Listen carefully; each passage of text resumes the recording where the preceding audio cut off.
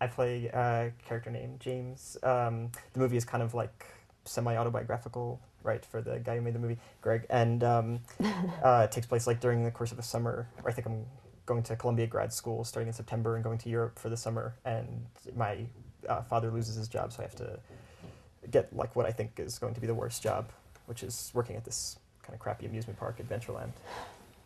And then I meet Kristen's character. M is sort of equally as miserable as he is working at the park, and they sort of find comfort in that.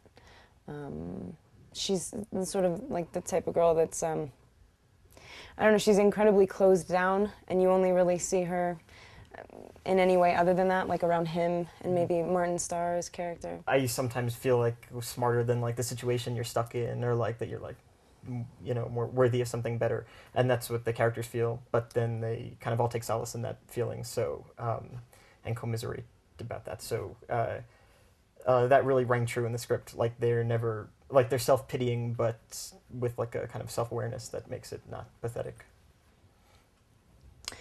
I thought it was interesting that like I met two really like admirable characters reading the script. Like really sort of, they see only the best things in each other, yet they think that they're not worthy of one another because they're like total. I mean, at least M is like completely like self-loathing a little bit, and I mean, not that I can like totally relate to not feeling worthy of things, but you know. I don't know, it struck a chord. I just thought that was cool. And the fact that, like, you see them actually have fun for, like, pretty long, like an entire summer, and then it's, like, too much for them and they can't take it, and it's, like, they just have to fuck it all up for themselves. Yeah, I liked it.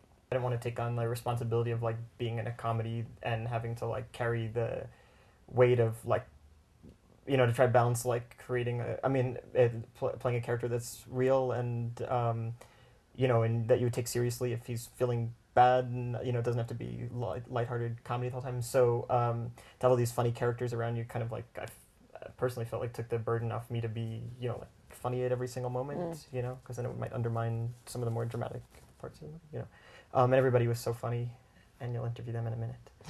Yeah. And they'll be funny again. They'll probably do something funny on the bed.